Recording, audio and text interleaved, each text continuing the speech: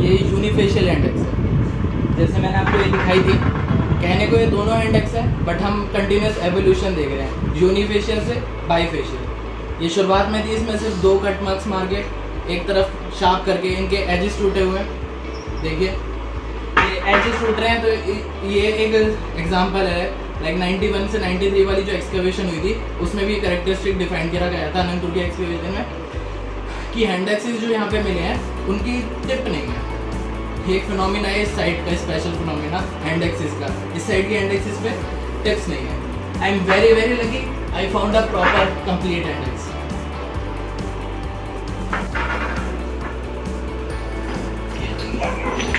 देखिए this is disc, ये middle palaeolithic है, ये बहुत सुंदर डिस्क है। इसमें से एक I told you flake tools no, तो ये बड़ा बोल्डर होगा, इस पर मार के वो टूल्स निकला है, ये इसमें बल्क ऑफ प्रोपोर्शन है, ये दिख रहा है कि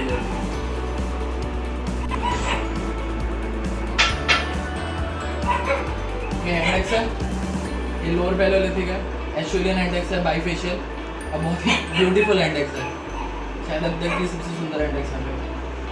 बहुत शार्प है, इसका हम ऐसे यूज़ करके ऐसे इसका यूज करते हैं।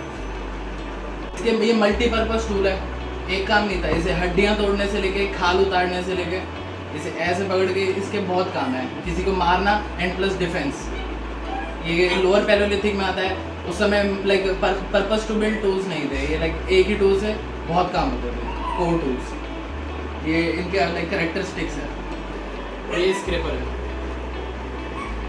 स्क्रैपर बेसिकली स्क्रैप प्रिंट होती है, और इससे और भी काम होते थे, जैसे खाल उतारनी है। ये भी लाइक लेट लोअर पैलोलिथिक का बेसिक है।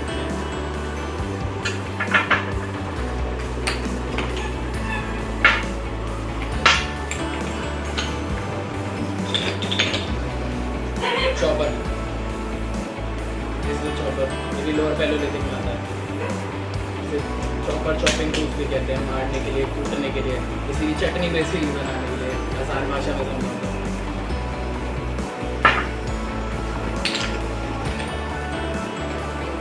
ये है क्लीवर, एक और क्लीवर है, छोटा क्लीवर है।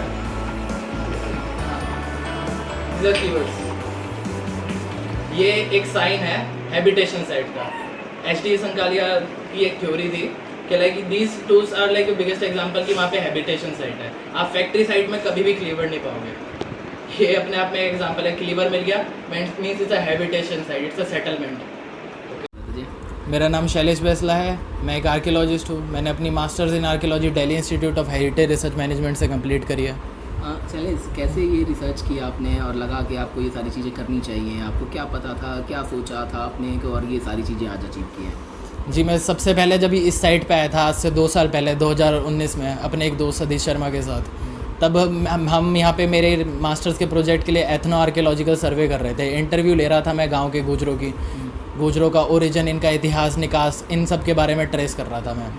वो करते हुए जब हम यहाँ कोट गांव में ऊपर जब मंदिर पे गए तो वहाँ मुझे एक हैंडेक्स मिली। एज एन आर्कियोलॉजिस्ट मुझे इन चीज़ों की बहुत जानकारी थी और इस साइट के कुछ टूल्स मेरे कॉलेज में पढ़े थे, तो मैंने ये देखा था। जब हमें वो टूल्स मिले तब मैंने देखा ये तो पैलोलिथिक है, वो भी लोअर पैलोलिथिक टूल है, तो वो एक चौंकाने वाली बात थी मेरे लिए। जब वो मिला तो मैंने धीरे धीरे हर हफ्ते, कभी 6 महीने में ऐसे आना शुरू करा। तभी उसके कुछ टाइम बाद लॉकडाउन लग गया। लॉकडाउन के दौरान जब कुछ भी करने को नहीं था तब मैं यहाँ साइट पे डेली जाता था। डेली जाते जाते मैंने कुछ टूल्स इकट्ठे करे, डॉक्यूमेंटेशन शुरू करा साइट का, साइट के बारे में लिखना सर्च करा, इसकी हिस्ट्री के बारे में शुरू करा। मैंने अपना एक आर्टिकल बनाना शुरू करा इस साइट के ऊपर। हाल फिलहाल उसके बाद यहाँ अपने मांगर में कुछ कैंपिंग एक्टिविटीज़ होती है। जब मैं वहाँ कैंपिंग के लिए गया तो अब तक मैं सिर्फ कोर्ट में काम कर रहा था। कोर्ट में काम करते करते जब मैं मांगर में गया वहाँ कैंपिंग एक्टिविटीज़, तब मैंने वहाँ की पहाड़ें देखी। उस पहाड़ में मुझे एक दरार दिखी। जब मैं वहाँ गया तो मैं चौंक गया। मुझे मिडल पैलोलिथिक टूल्स मिल गए, शेल्टर मिल गए, एंड वो एक शानदार चीज़ थी क्योंकि मुझसे पहले, आज से पहले इस पूरे रीजन में किसी भी आर्कियोलॉजिस्ट को पूरे इतिहास में इस साइट के कोई शेल्टर नहीं मिला था। वो तो अच्छा, कितने साल लगभग जो है ये पुराने होंगे और कैसे जब आपने समझा, जब देखा इनको तो लगा कि ये इतने साल पुराने हो सकते हैं? अच्छा, लगभग कितने? ये जी मैंने अनुमान लगाया उस शेल्टर पे मिले हुए टूल्स के बेसिस पे। जो टूल्स मेरे को शेल्टर के आसपास मिल रहे थे वो सब फ्लेक टूल्स थे। फ्लेक टूल एक टिपिकल कैरेक्टरिस्टिक्स है मिडल पैलोलिथिक एज का, तो वो मॉन्स्टीरियन कहते हैं उसे यूरोप में, हमारे इंडिया में मोड 2 बोलते हैं या फिर मिडल पैलियोलिथिक टूल्स बोलते हैं। तो वो 2.5 लाख से 40 या 50 हज़ार साल पीरियड के करीब के टूल्स थे, तो शेल्टर की भी एज वही होगी। तो अब आगे इस पर क्या रिसर्च होने वाली है और क्या कुछ चाहते हैं आपके, कैसे ये सारा चीज़ जो है डेवलप हो, इस एरिया को जो है रोका जाए, तोड़फोड़ ना हो, अतिक्रमण ना हो, क्या कुछ है आपको? अच्छा, चाहते हैं जी, मैं तो सबसे पहले चाहता हूँ इस साइट को प्रोटेक्शन की ज़रूरत है, बाकी सब कुछ बाद में। यहाँ पे माइनिंग एक्टिविटी, क्रशिंग एक्टिविटी जोर शोर पे चलती है। अभी वैसे तो 2002 में हरियाणा गवर्नमेंट ने माइनिंग बंद कर रखी है, लेकिन आप अगर ढंग से देखोगे तो कहीं ना कहीं आपको उसके प्रमाण मिल जाएंगे कि माइनिंग कहीं तो चल रही है यहाँ पे। और मैं बस उसे रोकना चाहता हूँ। इस साइट को सबसे बड़ा खतरा, सबसे इमीडिएट खतरा माइनिंग एक्टिविटीज़ से है। अच्छा, अब इस पे आगे कौन सी टीमें जो हैं काम करने वाली हैं, कौन कौन सी ऐसे चीज़ें, संस्थान होंगी आपसे जुड़ेंगी, और अब आगे की क्या भूमिका रहने वाली है आपकी, और क्या? जी, अभी तो जब मेरी रिसर्च थी, अभी लास्ट महीने 15 जून के आसपास, मुझे तारीख एग्जैक्टली याद नहीं है, मैं सुनील हरसाना जी से मिला, उनके थ्रू फिर उनसे मिला बनैनी भट्टाचार्य, वो डेप्यूटी आर्कियोलॉजिस्ट है department of archaeology and museum Chandigarh and Haryana. तो वो आई, उनके साथ अभी मैं उनकी टीम का भाग हूँ। मैंने अपनी रिसर्च उन्हें हैंड ओवर करी है और उस पर बेस काफ़ी काम चल रहा है उनके। उसके बाद उन्हें लोकल लोगों से पेंटिंग्स का भी पता चला है यहाँ पे, वो पेंटिंग्स उन्हीं की डिस्कवरी है। तो अब वो जो टीम है वो यहाँ पहुँचेगी और पूरी चीज़ों को आपको देखेगी, या क्या कुछ आगे होने वाला है? टीम यहाँ पे एक बार आ चुकी है और आगे के जो काम है उसके लिए वो काम चल रहा है, उसमें प्रोसेस में है वो। उसका अप्रूवल प्रपोजल हरियाणा गवर्नमेंट पे जा चुका है। जैसे ही प्रपोजल आता है तो इसके बारे में वही आपको ज़्यादा बेहतर बता सकते हैं। शैलेश, बहुत सारी चीज़ें आपने यहाँ पर खोजी, उससे और भी कुछ ऐसी चीज़ें होंगी जो आपके लिए महत्वपूर्ण हो जाती हैं, क्या क्या कुछ और आर्ट्स वगैरह क्या कुछ रहा? यहाँ पे शेल्टर के अलावा जो दूसरी महत्वपूर्ण डिस्कवरी करी गई मेरे द्वारा, वो कोट गाँव में पेट्रोग्लिफ्स थे, क्यूपिस थे। क्यूपिस आपको हमारे लाइक रॉक आर्ट में सबसे ओल्डेस्ट फॉर्म ऑफ आर्ट है। धरकाई चट्टान मध्य प्रदेश में भी रिसेंटली जो क्यूपिस मिले हैं वो पूरी दुनिया के सबसे ओल्डेस्ट आर्ट है। तो उसी के सिमिलर मेरे को क्यूपिस कोट गाँव में मिले पड़े हैं, जिनकी भरपूर है।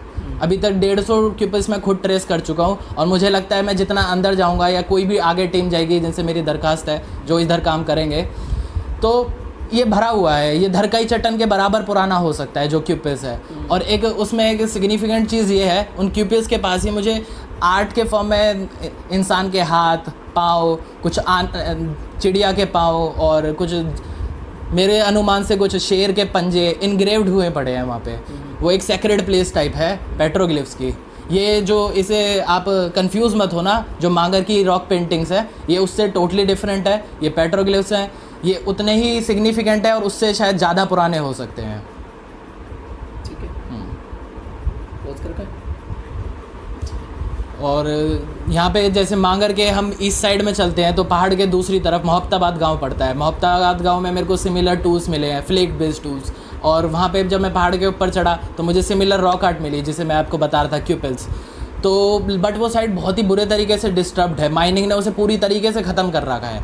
अगर हम आज कोट गांव को, मांगर गांव को प्रोटेक्शन नहीं मिली जल्दी से जल्दी और कुछ कंस्ट्रक्टिव स्टेप नहीं लिए गए तो उनका वही हाल होने वाला है जो आज मोहब्बताबाद का है। ठीक है, जरा हूँ और मैं पर्यावरण के लिए काम करता हूँ, पहाड़ों के लिए काम करता हूँ और नेचर और जानवर मेरे पसंदीदा हैं। और मैं इस शैलेश ने जो खोज करी है, इस खोज के लिए इतना कहना चाहूँगा, ये इसने जो ये खोज करी है, इसके बाद इसने जो आर्ट्स ढूंढी है वो हमारे अरावली रीजन, ख़ासतौर पर फरीदाबाद अरावली रीजन को बचाने के लिए कितनी ज़रूरी है कि अरावली रीजन जो है वो बहुत तबाही उसमें मचाई गई है, उसका बहुत बुरी तरह चीरहरण किया गया है। जैसे पहले माइनिंग हुई, माइनिंग से उसको सत्यानाश कर दिया, उसको ख़त्म कर दिया। उसके बाद कब्जे इस पे इतने ज़्यादा हुए हैं, इतने कब्जे हुए हैं कि पूरी अरावली में कहीं ना कहीं या तो बरात घर है या फार्म हाउसेस हैं या कुछ ना कुछ हैं। यहाँ पे जल दोहन बहुत ज़्यादा हुआ है। यहाँ जो माइनिंग से बनी हुई नेचुरल झीलें थी वो सूखती चली जा रही है, बिकॉज कि पानी यहाँ से इतना निकाला जा रहा है और टैंकरों के जरिए बेचा जा रहा है। अगर इस पूरे अरावली रीजन को सेफ नहीं किया गया, इसको कम से कम रिजर्व घोषित नहीं किया गया, तो इस तरीके की चीज़ें मतलब हमें खुश होना चाहिए कि आज से 3 लाख 2.5 लाख साल पहले भी मानव अरावली में इस जगह पर रहता था, वो शिकार करता था यहाँ पे। क्योंकि कई टूल्स इन्होंने जो दिखाए हैं वो शिकार के काम आते थे, उनसे किया जाता था शिकार। तो शिकार करने वाले टूल्स थे, यहाँ मानव रहा है, पुराना मानव रहा है, उनके बर्तन हैं, उनके बनाए हुए हस्तशिल्प हैं, उनके बनाए हुए आर्ट्स हैं, जैसे जो पत्थरों में बनाए जाते हैं, जो ये जैसे अभी शैलेश ने बताया था कि यहाँ पे पंजों के निशान हैं, शेर के हैं, तो हमने भी इसी तरह जो मोहताबाद का ये जिक्र कर रहे थे, मोहताबाद की पहाड़ी के ऊपर 2 फुट मार्क्स हैं बड़े बड़े, और उन फुट मार्क्स पे भी अगर रिसर्च अब जैसे ये शैलेश करेगा तो वो भी पता चलेगा कि कई हज़ारों साल पुरानी वो रिसर्च है। तो मेरी रिक्वेस्ट यही रहेगी कि पूरी अरावली रीजन को किसी तरह रिजर्व घोषित किया जाए। अच्छा, जिस तरह से अब ये सारी चीज़ें मिल रही हैं आदि मानव के समय की, तो ऐसे में इस पर रिसर्च होने के लिए पहले तो सारी चीज़ें रोक देनी चाहिए सरकार को, जो हालांकि सरकार की नज़रों में नहीं है। अवैध निर्माण हो या कब्जे हो या फिर उनको जो है नष्ट किया जा रहा है, तो कैसे बचाने का प्रयास होगा और कैसे अब सारी चीज़ें जो है इतनी महत्वपूर्ण हो जाती हैं? देखो, मैं बताता हूँ कि 2 तरीके की लैंड होती है, एक आइडेंटिफाई, एक अनआइडेंटिफाई। तो जो अभी लैंड आइडेंटिफाई हो गई है वो हो गई है मांगर हो गया, कोट विलेज हो गया, मोहताबाद हो गया, आइडेंटिफाइड लैंड है। लेकिन हमारी जो पूरा अरावली रीजन है वो अनआइडेंटिफाइड लैंड है, और उसको अगर जल्द से जल्द रिजर्व नहीं करेंगे तो उधर कुछ ना कुछ छेड़छाड़ होगी, और छेड़छाड़ होने से जो बची हुई चीज़ें वो नष्ट हो जाएंगी। तो सरकार को सबसे पहले स्टेप उठाना चाहिए, मतलब आगे आना चाहिए हमारी हरियाणा सरकार को, और अरावली को पूरी तरीके से सुरक्षित घोषित कर देना चाहिए। यही एक तरीका है जो भी अरावली में जिस भी तरीके के छोटे बड़े निर्माण, अवैध निर्माण हो रहे हैं या हो चुके हैं, उन सबको रोक के बंद करवा देना चाहिए और अरावली को पूरी तरीके से सेव कर देना चाहिए। जैसे अभी फॉर एग्जांपल मैं बताता हूँ आपको, अरावली में अभी लास्ट मंथ ही असोला के पास एक तेंदुआ एक्सीडेंट में मारा गया है, ठीक है। अब इन जो जानवर हैं, इन जानवरों का घर है ये अरावली, और अगर रिजर्व कर देते हैं तो हम इस तरह की बिग कैट, इन्हें बड़ी बिल्ली कहा जाता है, इन बड़ी बिल्लियों को भी बचा सकते हैं।